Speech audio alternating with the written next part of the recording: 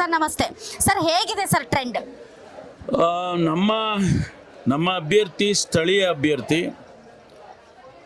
ಅವರು ಇಲ್ಲಿಯೇ ಹುಟ್ಟಿ ಬೆಳೆದು ಇಲ್ಲಿಯೇ ವ್ಯಾಸಂಗ ಮಾಡಿ ಇಲ್ಲಿಯೇ ವೃತ್ತಿಯನ್ನು ಆರಂಭ ಮಾಡಿ ವಕೀಲರಾಗಿ ಕೆಲಸ ಮಾಡಿದಂಥವ್ರು ಮತ್ತು ಕಾಂಗ್ರೆಸ್ ಪಕ್ಷದಲ್ಲಿ 2 ಬಾರಿ ಶಾಸಕರಾಗಿ ಕೆಲಸ ಮಾಡಿದರು ಕುಣಿಗಲ್ ಕ್ಷೇತ್ರದಿಂದ. ಜೊತೆಗೆ 1 ಬಾರಿ ಸಂಸದರಾಗಿ ಕೂಡ ಈಗಾಗಲೇ ಕೆಲಸ ಮಾಡಿದ್ದಾರೆ. ಜನ ಪ್ರತಿಯೊಂದು ಅಸೆಂಬ್ಲಿ ಕ್ಷೇತ್ರದಲ್ಲೂ ಕೂಡ ಜನ ಅವರಿಗೆ ಪರಿಚಯ ಇದೆ. ಜೊತೆಗೆ ಈಗ ನಮ್ಮ ರಾಜ್ಯ ಸರ್ಕಾರ ಕೊಟ್ಟಂಥ ಗ್ಯಾರಂಟಿ ಯೋಜನೆಗಳು ಜನಸಮುದಾಯದಲ್ಲಿ ಬದಲಾವಣೆಯನ್ನು ಬಯಸ್ತಕ್ಕಂಥದ್ದು, ಇದೆಲ್ಲ ನಮಗೆ ಒಂದು ರೀತಿಯಲ್ಲಿ ಪ್ಲಸ್ ಪಾಯಿಂಟ್ ಆಗಿರ್ತಕ್ಕಂಥದ್ದು. ಹಾಗಾಗಿ ನನಗೆ ವಿಶ್ವಾಸ ಇದೆ ನಮ್ಮ ಅಭ್ಯರ್ಥಿ ಖಂಡಿತವಾಗಿ ಗೆಲ್ಲಿತಾರೆ ಅಂತೇಳಿ. ಭಾರತೀಯ ಜನತಾ ಪಾರ್ಟಿ ಅವರಿಗೆ ಹೊರಗಿನ ಅಭ್ಯರ್ಥಿಯನ್ನು ನಿಲ್ಲಿಸಿದ್ದಾರೆ. 1. 2ನೇದು, ಇವತ್ತು ಯಾವುದು ನಮಗೆ ಈ ಮೋದಿ ಅಲೆ ಅಂತ ಏನು ಹೇಳ್ತಾ ಇದ್ರು ಅಂಥ ಅಲೆ ಯಾವುದು ಕೂಡ ಕಾಣಿಸ್ತಿಲ್ಲ. ಸರ್, ನೀವು ಕಾಣಿಸ್ತಿಲ್ಲ ಅಂತ ಹೇಳ್ತಿದ್ರಿ. ಈಗ ತಾನೇ ಸೋಮಣ್ಣ ಅವ್ರನ್ನ ಮಾತಾಡ್ಸ್ಕೊಂಡ್ ಬಂದೆ ನಾನು. ಇದು ನನಗಲ್ಲ ಓಟು, ಇದು ನರೇಂದ್ರ ಮೋದಿ ಅವ್ರಿಗೆ ಓಟು.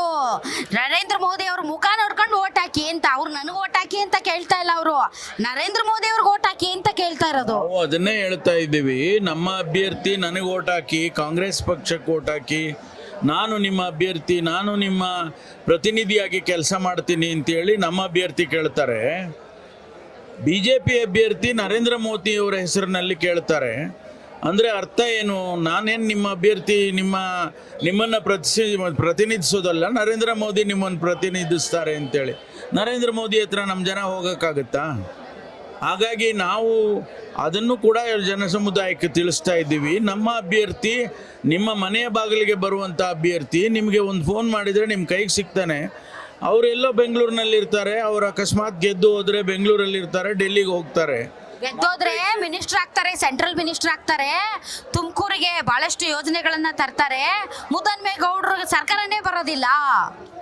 ರಾಜ್ಯ ಸರ್ಕಾರ ಈಗಾಗಲೇ ಜನ ನಮ್ಮನ್ನು ಆರಿಸಿದ್ದಾರೆ. ಕೆಲಸ ಮಾಡೋರು ನಾವಿದ್ದೇವೆ, ಸರ್ಕಾರ ನಮ್ಮದಿದೆ. ರಾಜ್ಯ ಸರ್ಕಾರ ಏನು ಕೆಲಸ ಬೇಕಾದರೂ ಈ ಕ್ಷೇತ್ರಕ್ಕೆ ಮಾಡಿಕೊಡ್ತಕ್ಕಂಥ ರೀತಿಯಲ್ಲಿ ನಾವೆಲ್ಲ ಕೆಲಸ ಮಾಡ್ತೇವೆ. 7 ಜನ ಶಾಸಕರಿದ್ದೇವೆ. ಆದ್ದರಿಂದ ನಮಗೆ ಆ ಭಯ ಏನಿಲ್ಲ. ನಮ್ಮ ಜನಕ್ಕೆ ಎಲ್ಲಿಂದನೋ ಬಂದು ಕೆಲಸ ಮಾಡಿಕೊಡ್ತಾರೆ. 10 ವರ್ಷ ನರೇಂದ್ರ ಮೋದಿಯವರೇ ಪ್ರಧಾನಮಂತ್ರಿ ಆಗಿದ್ದರು. ಭಾರತೀಯ ಜನತಾ ಪಾರ್ಟಿಯವರೇ ಲೋಕಸಭೆಯನ್ನು ಪ್ರತಿನಿಧಿಸ್ತಾ ಇದ್ದರು. ಇಲ್ಲಿ ಒಂದೇ ಒಂದು ಯೋಜನೆ, ಕೇಂದ್ರ ಸರ್ಕಾರದ ಒಂದು ಯೋಜನೆ ನಮಗೆ ಯಾವತ್ತೂ ಕೂಡ ಆಗಿಲ್ಲ. ಇನ್ನು ಮುಂದೆ ಏನು ಮಾಡ್ತಾರೆ ಅಂತೇಳಿ ನಮಗೆ ಗೊತ್ತಾಗೋದಿಲ್ವಾ? ಜನ ನಂಬ್ತಾರ? ನೀವು ಹೇಳಿದರೆ ಕೂಡ ನಂಬ್ತಾರ? ಅಯ್ಯೋ, ಗ್ಯಾರಂಟಿ ಎಲ್ಲ ಇದು ಒಂಥರ ತಾತ್ಕಾಲಿಕ, ಇದು ಎಲೆಕ್ಷನ್ ಮುಗಿಲಿ ಎಲ್ಲ ಗ್ಯಾರಂಟಿ ವಾಪಸ್ ತಗೊಂಡ್ಬಿಡ್ತಾರೆ ಅಂತ ಪ್ರಚಾರ ಮಾಡ್ತಾ ಇದ್ದಾರೆ ಸರ್. ಅದು ಅಪಪ್ರಚಾರ ಮಾಡ್ತಿದ್ದಾರೆ. ಪ್ರಚಾರ ಅಲ್ಲ, ಅದು ಅಪಪ್ರಚಾರ ಮಾಡ್ತಿದ್ದಾರೆ. ನಾವು ಎಲ್ಲರಿಗೂ ತಿಳಿಸ್ತಾ ಇದ್ದೀವಿ. ನಾವು 5 ವರ್ಷ ಈ ಗ್ಯಾರಂಟಿಯನ್ನು ಮುಂದುವರಿಸ್ತೇವೆ, ಯಾವುದೇ ಕಾರಣಕ್ಕೂ ನಿಲ್ಲಿಸೋದಿಲ್ಲ ಅಂತೇಳಿ ಹೇಳ್ತಾ ಇದ್ದೇವೆ. ಈಗ ಅವರು ಮೋದಿ ಗ್ಯಾರಂಟಿ ಅಂತ ಯಾಕೆ ಹೇಳ್ತಾ ಇದ್ದಾರೆ? ಗ್ಯಾರಂಟಿ ಏನೋ ಚೆನ್ನಾಗಿ ಓಡ್ತಾ ಇದೆ ಅಂತ.